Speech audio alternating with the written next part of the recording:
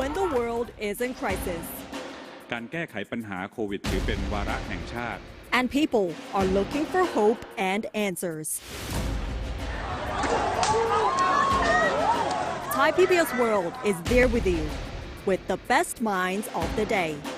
Join us on Thai PBS World tonight, every weekdays at 7 p.m. Thai PBS World, we bring Thailand to the world. Very good evening and welcome to our 7 o'clock news. Thai PBS World tonight. I am Natha Gomonwadim. Good evening, I'm Thep Chayong. For weeks now, we have been hearing speculation about a pending cabinet reshuffle. But today, the Prime Minister has finally put his foot down. No cabinet reshuffle in the near future. Very clear signal. And the number of new infection cases in Thailand today is only 2, and so far within 15 days there is no local infection among Thai people in Thailand. Yeah. So after weeks of speculation, Prime Minister Prayut Chan-o-cha today made it very clear that he has no intention to reshuffle his cabinet in the near future. It was certainly the clearest statement from the Prime Minister so far, amid conflicts within Palang Pracharat, the core component of the ruling coalition. And speaking to reporters today, General Prayut insisted that he is the person who calls the shot. It's up to me whether or when to have a cabinet reshuffle, but I can say that it's not going to happen soon, he told reporter. And he also called on politicians in the ruling coalition to stop the bickering.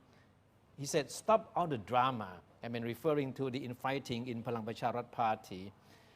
Prime Minister Prayut Chan-o-cha has been under a lot of pressure from faction in the party to reshuffle his cabinet following a pending leadership change in the main party in his coalition. So if we take General Prayut's words today, it also is quite clear that at least in the near future there won't be any major changes within his coalition government. Yeah, that's clear all the air about speculation of cabinet reshuffle.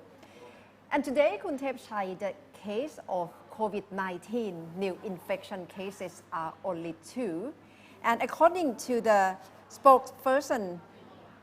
assistant spokesperson of CCSA, Dr. Pannapha Yongtrakoon, this is the first time in 15 days that there is no local acquired infections in Thailand. But again, on behalf of CCSA, she emphasized that we cannot lower the guard and no local infection for 15 days, but the safe period should be twice the length of the 14-day incubation period. And regarding to the 2 new cases, are imported case from Saudi Arabia who enter a state quarantine facility in the southern border of Pattani province in Thailand. And the second arrived from the Netherlands and entered state quarantine in Bangkok. So that's the latest figures from Thailand. Okay, let's keep it this way. Yes, very low. And that would be about the consideration of easing the next phase of easing restriction as well. That's right. So there shouldn't be any more excuse not to continue to relax the restrictions in weeks to come. So people will start looking to the fourth phase of the relaxation, which is expected to happen in the next 2 weeks. Yes, but as of now, Thailand still do not allow inbound flight from other countries to Thailand yet. But today there is some comment by Deputy Prime Minister Wisanu Kruangam. He signaled that the emergency decree, which is set to expire on June 30th, could be extended.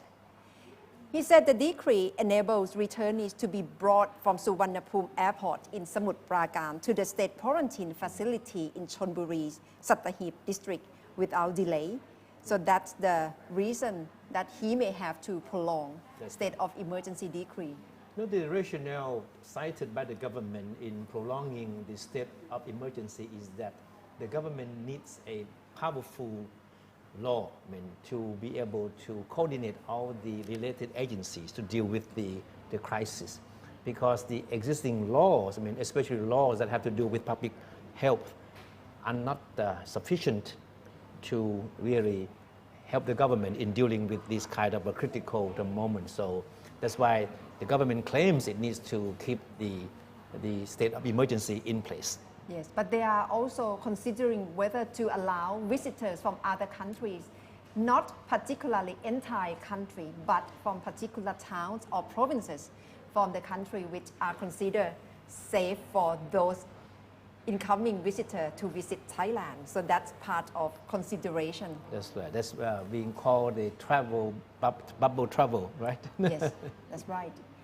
And Khun Thepchai, today we have got another signal from Cambodian authority regarding the disappearance of Wanchalearm Saksit, a political activist who was in exile in Phnom Penh, and he was disappeared on the 4th of June. Yeah, it has been 6 days now that Wanchalearm was kidnapped in broad daylight in Phnom Penh, the Cambodian capital.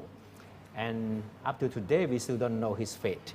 And we don't even know where he is now. So up to this hour, both Thai and Cambodian authorities still insist that they have no information about his whereabouts. But today, as Kunata mentioned, there is some positive signal from the Cambodian authorities in Yes. that they promised to start investigating the disappearance of the political activist. According to Phnom Penh Post, Cambodian police will launch an investigation into the disappearance of exiled Thai political activist Wanchalearm Saksit, who was abducted in front of his apartment last Thursday. Spokesman for the Cambodian police said today that Cambodian authorities are not holding Wanchalearm in custody. Meanwhile, Thailand's Deputy Prime Minister Prawit Wongsuwan said this morning that he has instructed the Thai Foreign Ministry to coordinate with its Cambodian counterpart to uncover the circumstances surrounding the disappearance. And in his first comment on Wanchalearm's disappearance, Prime Minister Prayut Chan-o-cha today said Thailand is ready to cooperate with Cambodian authorities in investigating the matter. But he provided no details, except saying that the Foreign Ministry is coordinating with the Cambodian government.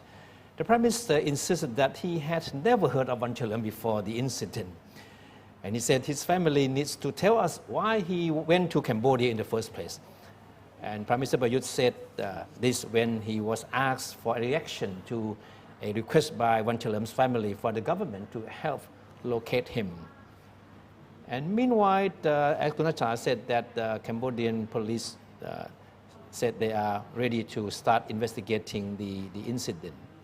No, but what is interesting, Kunata, we have some information from the Voice of America, the VOA Khmer, that's the in Khmer language, that details the moments that Wanchalearm was abducted in Phnom Penh. And VOA Khmer said it visited an apartment building in Phnom Penh's Choi Changwa district and spoke to eyewitnesses to the abduction.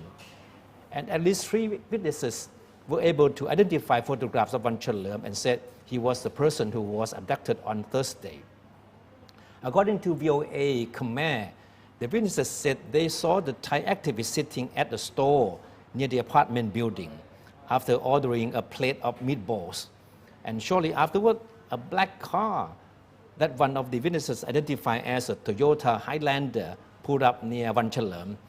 3 men dressed in black exited the vehicle with concealed weapons. And one of the unidentified men then punched Wanchalearm in the face, according to the witnesses, after which the Thai activist was strangled as he was dragged into the car and while he was screaming for help. In fact, the VOA Khmer described the words that Wanchalearm used as "choi doi," that help. Then the car drove away with the Thai activist. And The witnesses' accounts were similar to those put forth by Human Rights Watch in the statement issued on Friday. And according to the statement, one of Wanchalearm's colleagues who was talking to him on the phone when the abduction occurred heard him scream, "I cannot breathe, I can't breathe," before the call was cut off, according to the statement issued by the Human Rights Watch and corroborated by the VOA Khmer. So this is the accounts as reported by VOA Khmer based on accounts given by eyewitnesses. Yes, that's very much in detail. So we know the steps before Wanchalearm has been disappeared. And he has got so much support from social media supporters in Thailand, and Thai social media user has the campaign to try to save Wanchalearm by having hashtag Save Wanchalearm as well. Yeah, and today the Wanchalearm's sister submitted a petition with the House Committee on Laws, Justice and Human Rights to ask for Thai government to step in to help resolve this mystery surrounding his disappearance. And the petition was submitted to the spokesman of the House Committee, Kun Rangsiman Rom, who promised to summon police and officials from the Foreign Ministry to give information as to whereabouts or what happened to Kun Wanchalearm. So far it's still a mystery, but of course this is not something new that Thai political activists who went into self-exile in neighboring countries suddenly disappeared or were made to disappear. Yeah. So we got positive signal from Cambodian authority today that they will pursue investigation on the disappearance of Kun Wanchalearm. But the case of Kun Wanchalearm is not the first case, Kun Thepchai, of forced disappearance. Let's take a look of other high-profile case of forced disappearance. Like Kun Thanong Poan, chairman of the Labour Congress of Thailand. He's quite critical of the coup in 1991 and he was disappeared in 1991. Kun Somchai Nilappraijit, he's a human rights attorney who championed the rights of Thai Malay Muslims in the Deep South. He disappeared in 2004. Kun Billy Pauraji Rakjongjarean, current ethnic activist, disappeared in 2014 and his remains were recovered later in 2019. Kun Den Kamlae, his land rights activist in the northeastern part of Thailand. He was a member of the Communist Party of Thailand, disappeared in 2016. Kun Surachai Dan Wattananusorn, his radical research and critique of the monarchy. He disappeared in 2018. And the latest one, Kun Wanchalearm Satsaksit, pro-democracy activist and government critique, also alleged of 112 article, disappeared. The case of Kun Surachai Dan Wattananusorn is also very interesting. He disappeared while he was in self-exile in Laos, and nobody has seen him since then. And of course, Surachai was one of the most vocal critics of the military and Thai government. So people believe that his disappearance was linked to his criticism of the military. Yes. So that's 8 high-profile cases of people, activists who were forced to disappear. So we have to monitor what will be coming up next after investigation by the Cambodian authority over the disappearance of Kun Wanchalearm Satsaksit. And back to Thailand, Kun Thepchai, it's reopening stage after the government has been relaxing some directive measures. And over the weekend, our reporter has visited Amphawa floating market. It's very well-known market not far from Bangkok, to see how the atmosphere is like after reopening has been introduced. So take a look at this report by Kun Kittipat Chunsukhjit. มาอีกทีเนี่ยเราคราวนี้ไม่รู้จะเมื่อไหร่เลยละ For most people who want to enjoy the atmosphere overnight, many hotels have reopened under strict social distancing and sanitization measures. We actually have shut down the hotel for 10 weeks, 2.5 months, yeah. Because no one would come, all the reservation has been cancelled. We were so lucky that we are so close to Bangkok, and people and our old guests in Bangkok still around the area still like to come for the short visit. And Amphoe, I think, by itself still has many charms. I don't think until we have the vaccine for the virus, nothing will come back to the same as before. We expect maybe half of the business as last year, and that would be the best. Mr. Jirosak Urai, the Director of Tourism of Thailand's authority in Samut Songkhram province, said Amphoe will be popular again. The official provides very restricted measures for the floating market to make the tourists feel safe. And everyone should realize and help prevent the country from the second lockdown together.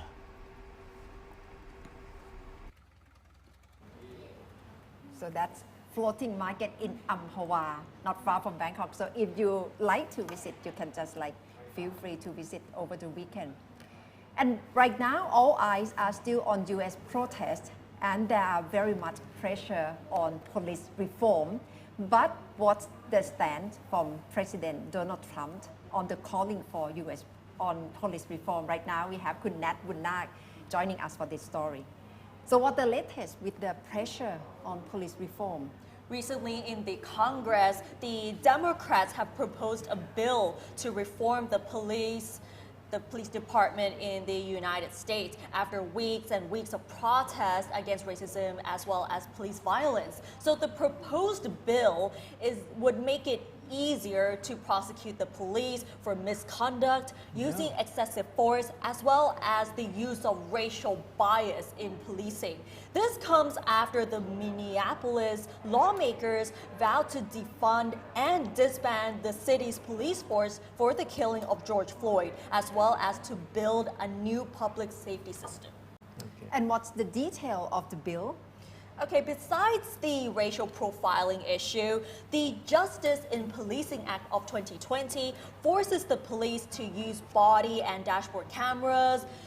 Chokeholds are also banned, as well as to eliminate no-knock warrants. No-knock warrants means that the police can raid without prior notice, and it also limits the sale of military weapons to the police. But most importantly, the most important part of the bill is that it gives the Department of Justice the authority to investigate police for bias and misconduct. The bill would also create a database of complaints against the police, which is called the National Police Misconduct Registry. However, the bill does not call for defunding the police departments. Okay, but the process in passing the bill is not going to be something easy. As you know, that the U.S. police are protected a lot by their unions, which are very powerful and have a lot of political connection, especially with the conservative Republicans. So it's going to be a hard fight in Congress. Sure, definitely a very hard fight here to actually reform the police departments here. But there's some interesting response from both President Trump as well as his opponent, Joe Biden.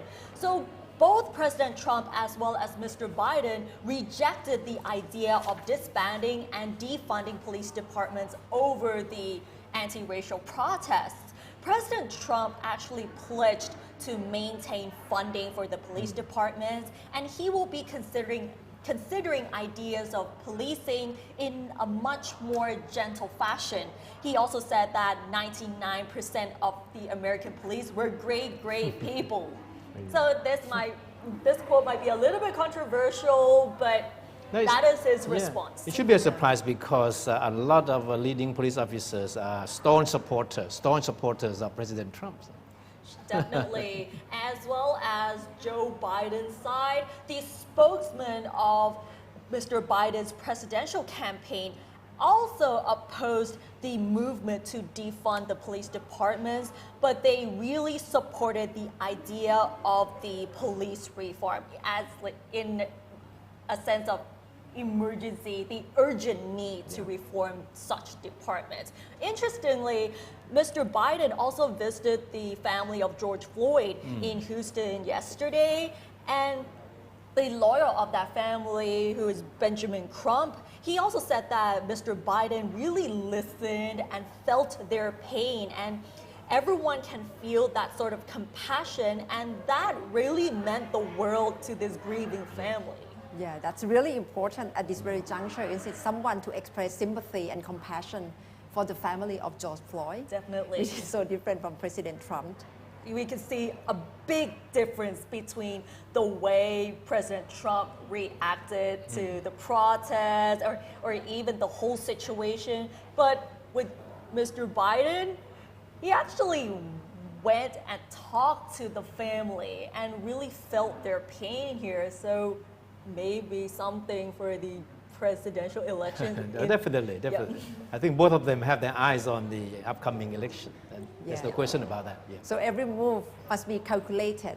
Definitely. And with the media right now, they are in controversial stage, isn't it? Especially on New York Times. What happened with op-ed editor? It's a big controversy here because the opinion editor of the New York Times has resigned after publishing an article that sparked massive outrage from the public. And the article was called "Send in the Troops." "Send in the Troops" was by the Republican Senator Tom Cotton, which fully supports President Trump's idea to send the military forces to curb the anti-racial protests. This sparked a big controversy to a point where even the journalists from the New York Times went on strike. That's right. It was that intense.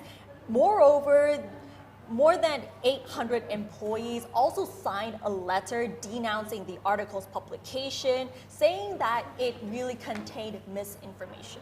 No, in fact, the editor, the publisher himself also admitted that the contents of this particular article fell far short of the standard of the New York Times.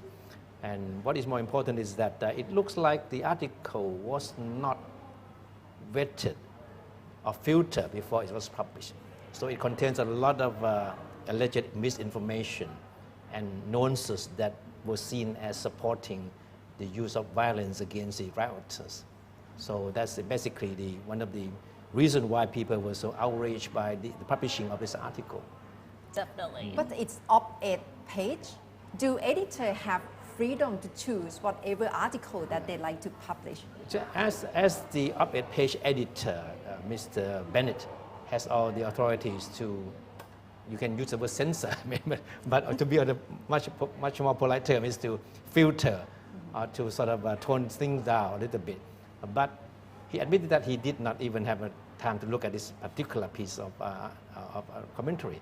So that's why it came out the way it was originally written by this Arkansas Senator Tom Cotton, who is a staunch ally of President Trump and was in full support of using the military to crack down on what they see as rioters. Yeah. But for this article, stating that it was written by the Republican senator should be a big alarm bell that maybe we should actually review before it gets published in the papers. No, because and New York Times also received big batsmen from the other side too, that being a media outlet, you should be liberal enough, to allow ideas or views that do not conform with your own to be published, right? To be media, you should have space for a wide range of opinions. So, censoring or trying to fight for with this kind of article in this very critical time is certainly is an issue that many people may not buy in with the stand taken by the New York Times editors. Yeah, and the stance from President Trump is very interesting because he doesn't really like New York Times, but this time he said, oh, the newspaper published very good article. It seems like President Trump and New York Times always has something. Yeah. Some sort of conflict, even like a few years back and up until today, we can always see there's some sort of conflict until this article that is definitely from the Republicans. Okay. Thank you very much, Kun Nat. Thank you. Yeah. So Kun Nat keep us updated on police reform and the controversial issue over an article on op-ed page of New York Times. And for the COVID-19 pandemic, right now natural resources in many locations around the world are having a break and having time to refulfill or having natural nourishment. And today is World Oceans Day, and there is campaign to say that plastic waste is not worth for the ocean. Take a look at this story.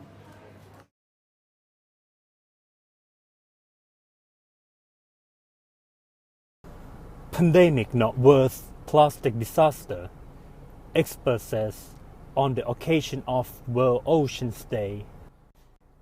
A fisheries campaign director warns packaging with single-use plastics does not prevent the spread of COVID-19 and suggests to plastic industry should be held accountable for ocean pollution.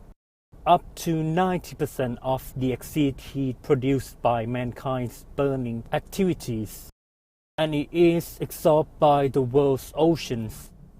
And as atmospheric greenhouse gas levels continue to rise, scientists and industry are coming up with ways to try to mitigate the damage caused by rising temperatures using technology. El problema. Los plásticos del problema son aquellos plásticos de un solo uso que son innecesarios. Esteban Garcia Peña, Oceana's Fisheries Campaign Director, says that the problematic plastics are these single-use plastics that are unnecessary. They are not essential because they are wrapping, containers and packaging, things that we are going to use once and discard. Moreover, citizens should have the right to various alternatives for packaging, wrapping, or transporting products. It means that we should not be forced to pollute the ocean every time we drink or eat. Plastic disasters has been a significant issue that arises around the world, as we have seen last year that people in many countries came out to protest and voice their concern to people and world leaders.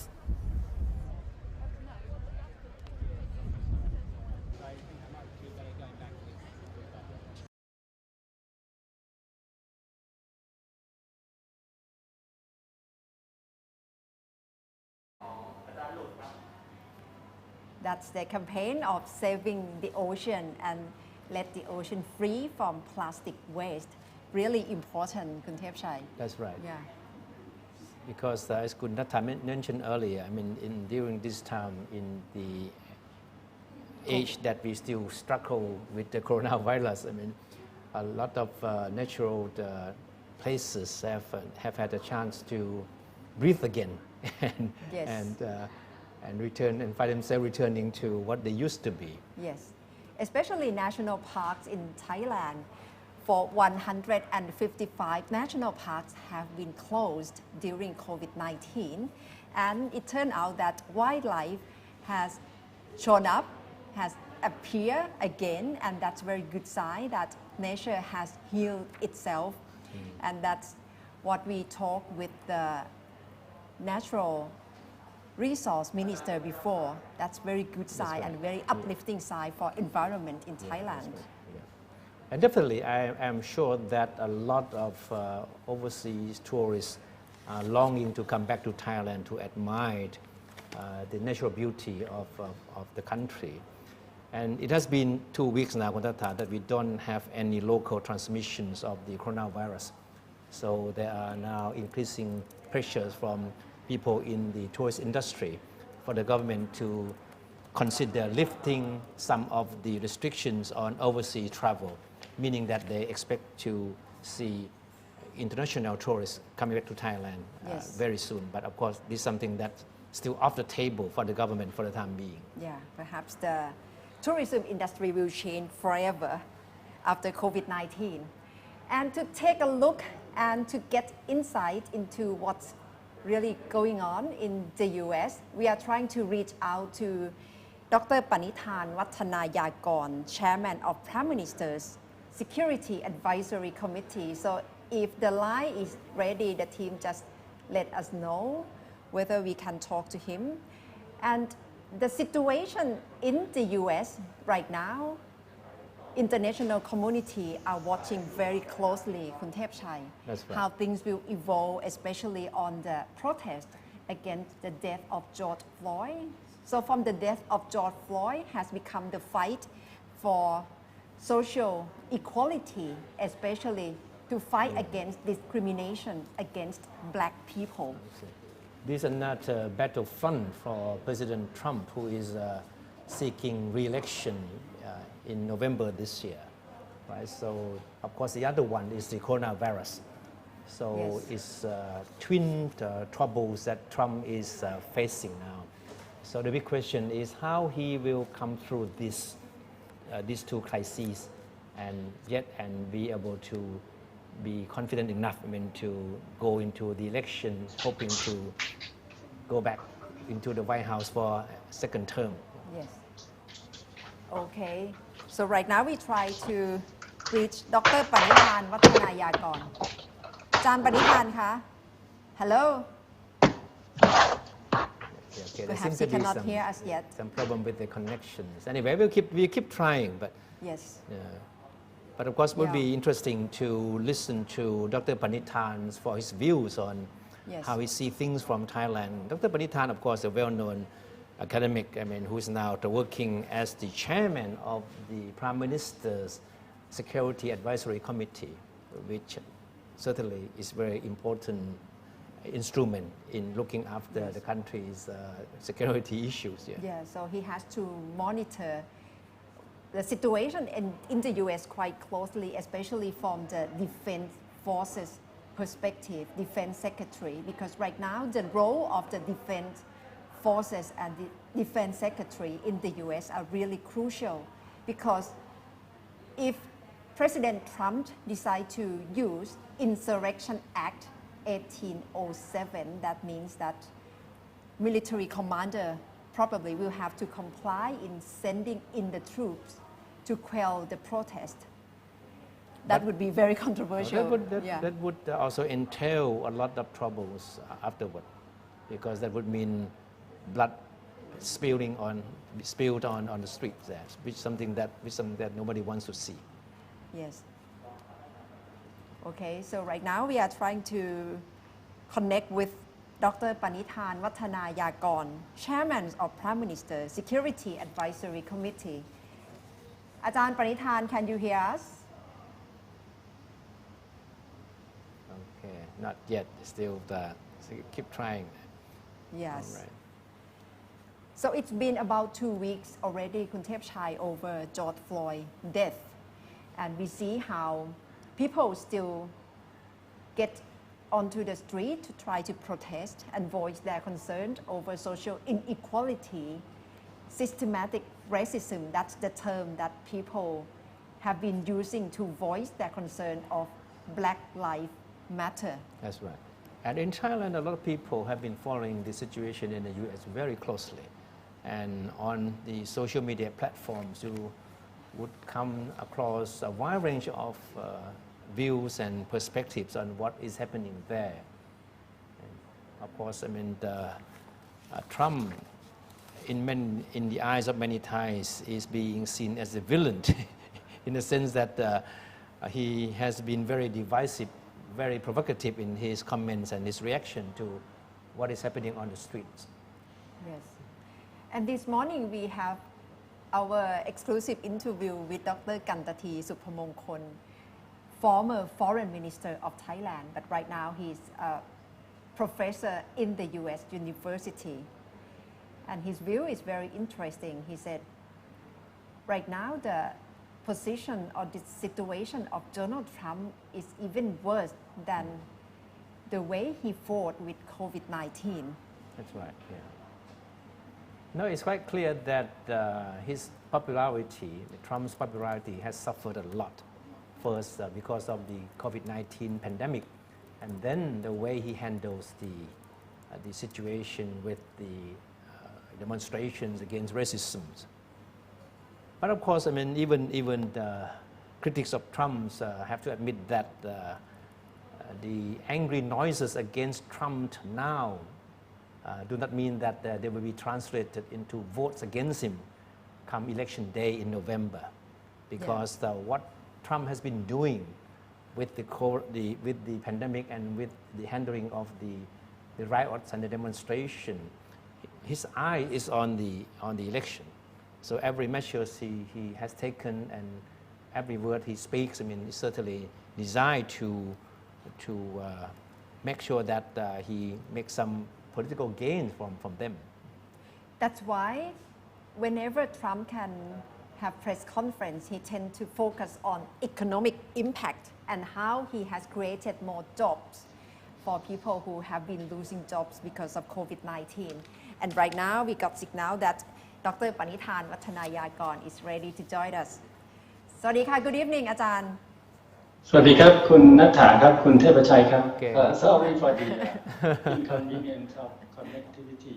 Yeah, that's always a problem with online communication, Kun Panithan. So I know that the disappearance of Kun Wanchalearm Saksasit is a matter to be handled by the police, right? But as the chairman of the Prime Minister's Security Advisory Committee, do you have any comments on what happened?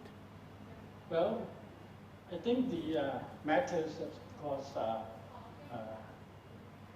mainly focusing on the internal police activities and the case in Cambodia, a sovereign country. Mm-hmm. And I think the Ministry of Foreign Affairs in Thailand, on behalf of the government and the Thai public, will coordinate with the Cambodian government as suggested by the spokesperson of the Foreign Ministry today. I think the focus is, of course, to make sure that his disappearance will be handled in the matters of effective, and the explanation could also be satisfied to the members of his family and others who are concerned about him. The Thai government is, of course, a duty to protect Thai citizens everywhere in the world. But we need to work with a sovereign country to make sure that they have their own laws, they have their own investigation. Only we can do is to coordinate and to make sure that the case proceed accordingly. But of course, as you know, that Kun Wanchalearm is not the first Thai political activist who has gone into self-exile in neighboring countries and disappeared. And of course, there are people out there who believe that authorities in Thailand might have a hand in their disappearance. How would you respond to this kind of observation? Well, of course, the Thai authority already made it clear that they are not involved. I think a government of Thailand or any government operating across the sovereign line in another country is very difficult. Kun Thepchai, Kun Nathai, you know very well. These operations we can see, from time to time from major countries, but normal countries, small countries like Thailand, like many of our neighbors, they don't have the capacity or they don't have the intention to do that.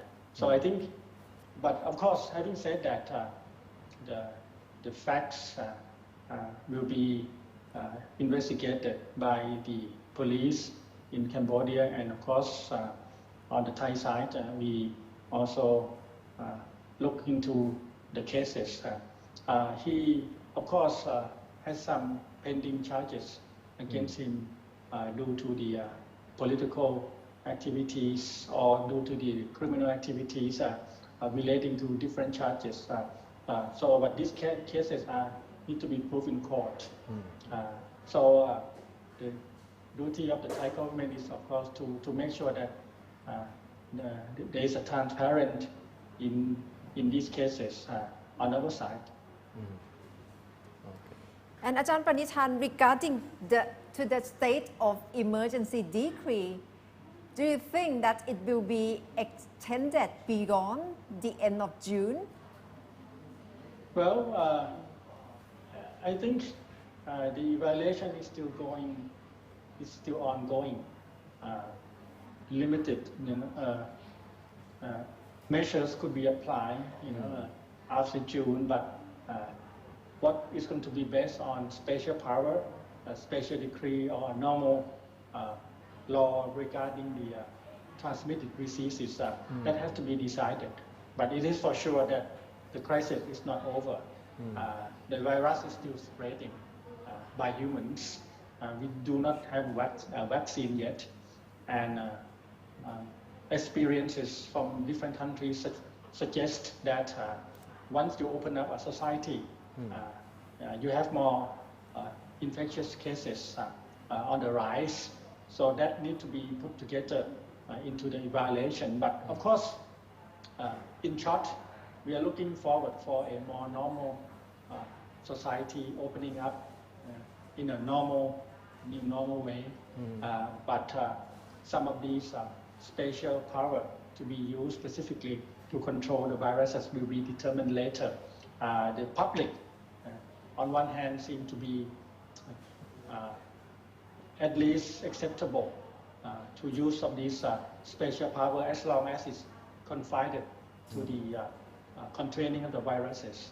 On the other hand, of course, there are concerns raised about these special laws affecting freedom of movement, freedom of speech, or any other activities, including the curfew. So in the end, I think once we are approaching closer to the deadline of extending the emergency decree, the evaluation will be done and the Prime Minister will announce his decision.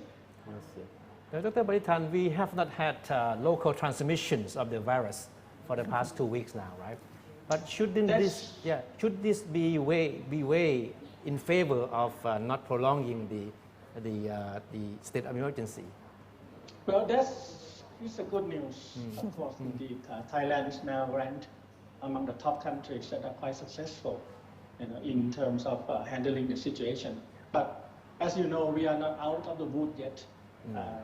Medical data suggested that in order to be more certain, at least almost a month period, you need to be certain that there is no new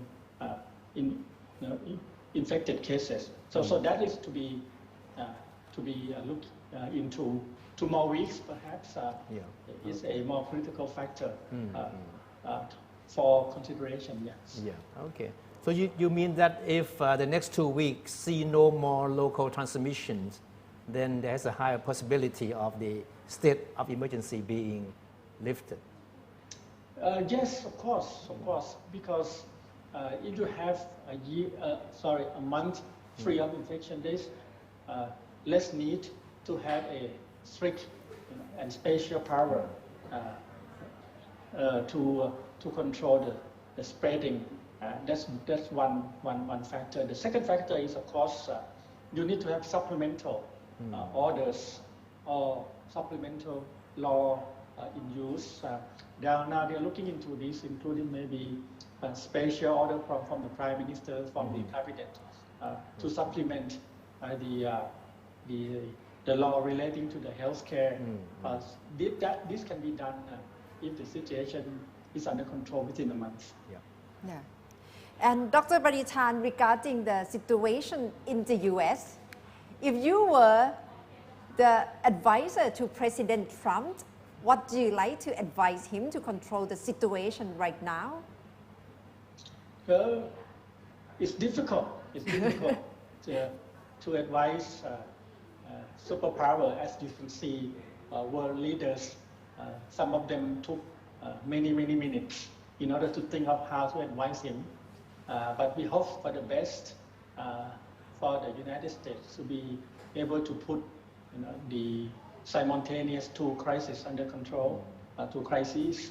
One is, of course, the pandemic. The second is, of course, the riots and the demonstration. I think United States is a model, or at least had been a model for many countries in the past in terms of handling these complicated situations. It seems that they have lost their way somewhat and are not able to bring together people of all sides to agree on the issues, on the two issues, of course. And of course, this is an election year for the United States. So things are very much more complicated than normal years. But I think what they really perhaps communicating to the public is the messages of hope, the messages of bringing people together, and messages of changes, for the better in the future. I think people may be losing hope and they are worried about their being.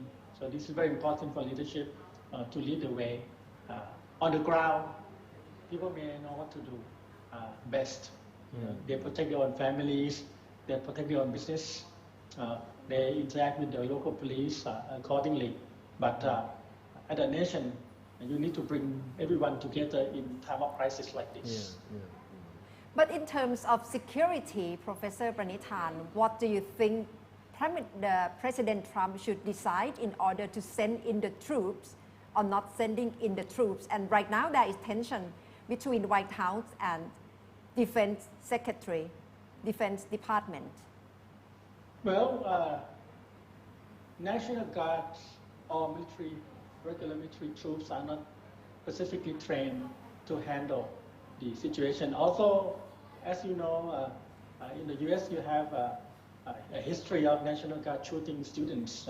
6-7 students have lost their lives in 1960s and 70s, especially in the incident of the Kent State University. I studied at that university for 1 year in Ohio when National Guards opened fire 60-70 rounds live ammunition to the crowd of students. So since then there are a lot of changes to adjust the training of the National Guard, but still they are not trained specifically. So the issue is, of course, number one, you have to be very careful in bringing in regular soldiers, military or National Guards into handling the situation. Number two, of course, you need to control the messages in time of crisis to make sure that in the new era of social media, your message will not be twisted to ignite more flames. I think that's a second issue. Then third, of course, you need to bring in change, reforms for the people, so people can put their hope, their trust into this. This process will take a long time. I remember 20 years ago very well, Kun Thepachai, Kun Natcha. I was in the United States at that time. The verdict of Rodney King sparked the nationwide protest, and that's perhaps the last time that you saw the nationwide protest like this. But this time it's much more intense. So I think concerns are for the United States, especially our friends, American friends and Thai people and other people, in the United States to make sure that they're safe, and secondly, for the system to be able to absorb some of these very complicated matters. Unlike we never seen this kind of incident before for the past decades, but we hope the system will be able to handle that. And last, of course, the leadership matters on the ground. People who lead the demonstrations, people who lead the police forces, the governors, the civil rights movements and others, and the politicians in Washington, they need to come together to lead the way instead of letting people wandering around on the streets aimlessly, hopelessly and allowing the looting and other to take place. So I think this is a very critical period for the United States to go through. And this is going to be a lesson learned for that country and for us all to handle some kind of this new phenomenon. Yeah. You know, Trump has been trying very hard to portray himself as a president of law and order. But with the way he handles the anti-racism demonstrations, you think he's being seen by the general members of the public in America in that light, being a president of law and order? Well, in this kind of situation, of course, you need to stress law and order, but that's not the only factor that we need to stress. I think the history of racism dated back for decades in the United States. You need to address that too. And then you need to address, of course, more particularly the police brutality in this case and in other cases. It's not all of the police force, of course, but you need to address it specifically. He tried to do that, but somehow his message didn't come across quite well as compared to Joe Biden and others. This is why he's now losing more popularity significantly for the first time in the last few months. He was, in fact, the president was picking up some popularity due to the jobs gain in the last few weeks, but now it's dropping. So he needs to regain that if he wants to be a serious candidate toward the end of the year. So it's a very, very delicate situation for the United States at this time. Now, as you know, that Trump is fighting a number of battlefronts, right? Domestically, I mean, big issues he's facing, but internationally, he has this China card that he has been playing. So you think he's going to get tougher with China as the election approaches? Of course, I think that's the trend. Even him not coming back, if he doesn't win the election in November, the new president will have to adopt a more, perhaps intense, more serious policy toward China, because China is certainly on the rise. The battle, particularly among the vaccine issue, will be very complicated for the new president to handle. Who is going to produce it, who's going to deliver it, and how between the US and China, who will gain more friends in using this vaccine, for example, if the vaccine is successfully developed. And there are many other trade issues and many other serious issues at sea, like in South China Sea, North Korea, for the new president to handle. So in any case, I think the relationship will be very more complicated, ever more complicated and more intense. But of course, that confrontation with China can translate to some votes for President Trump if he handled this quite successfully. So it remains to be seen how he can play China card. I think China will remain a significant force and factor for the U.S. Politicians to handle and to decide for the years to come until the U.S. and China comes to terms with the rise of China and with the declining of the U.S. Power. So unless that time comes, I think you can see the tensions on the rise. Okay. Thank you very much, Dr. Pranithan, for joining us for English version. And we will get back to you again at about 8 o'clock for our Thai program, Than Lok with Thai PBS World. But say goodbye for now for Thai PBS World tonight. Thank you. สวัสดีค่ะ Thank you. สวัสดีครับ And thank you very much for watching our program, Thai PBS World Tonight, our English news program from Thai PBS World. And we have to say goodbye for now. All right. Go and say thank you. Thank you for watching. And keep safe. Yes, and we will be back on Thai version Than Lok with Thai PBS World at 8 o'clock. So if you like to join us, please join us. Stay tuned.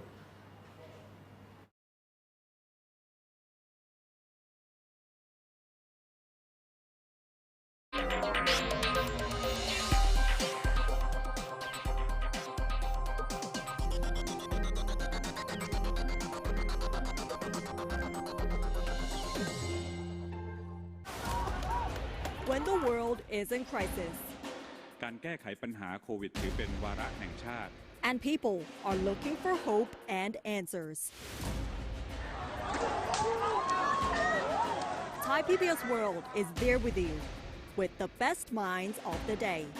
Join us on Thai PBS World tonight, every weekdays at 7 p.m. Thai PBS World, we bring Thailand to the world.